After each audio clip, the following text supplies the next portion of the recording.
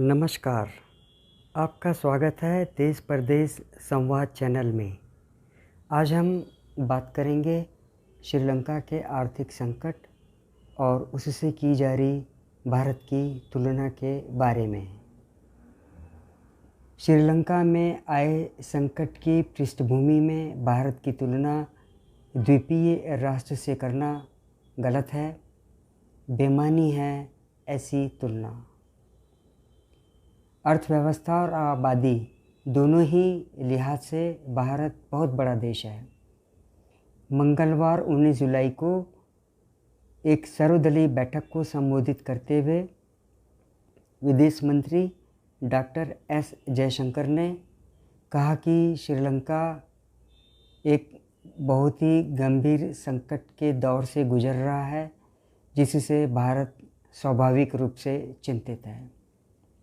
इस बैठक में कई सांसदों ने भारत में श्रीलंका जैसे हालात होने का अंदेशा जताया। भारत को श्रीलंका से क्या सबक सीखना चाहिए, इस पर भी चर्चा हुई।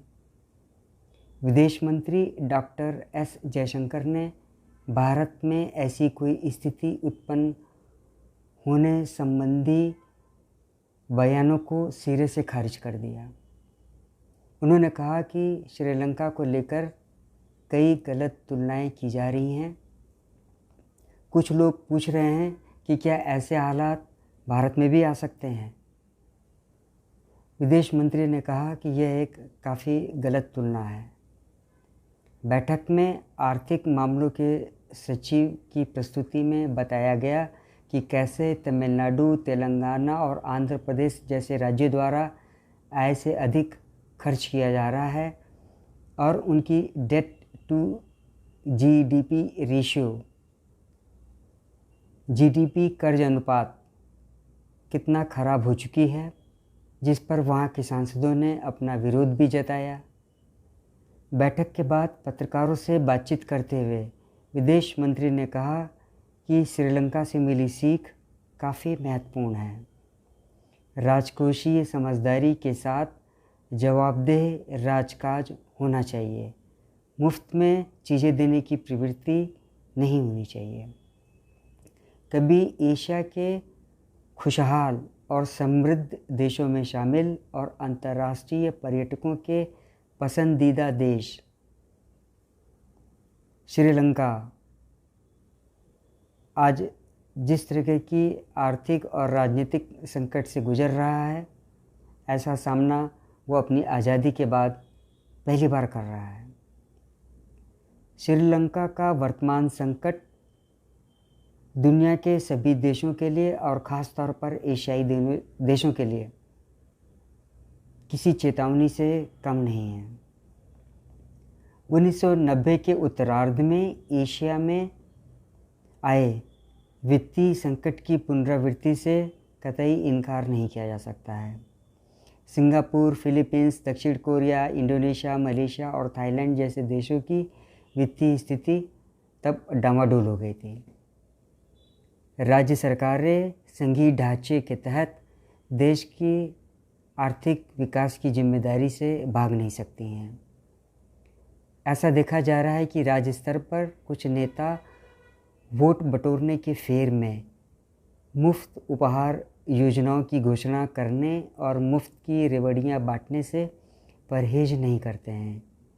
एक दो राज्यों ने तो वित्तीय समझदारी को तिलांजलि देते हुए पुरानी इस पेंशन स्कीम को भी लागू कर दिया है।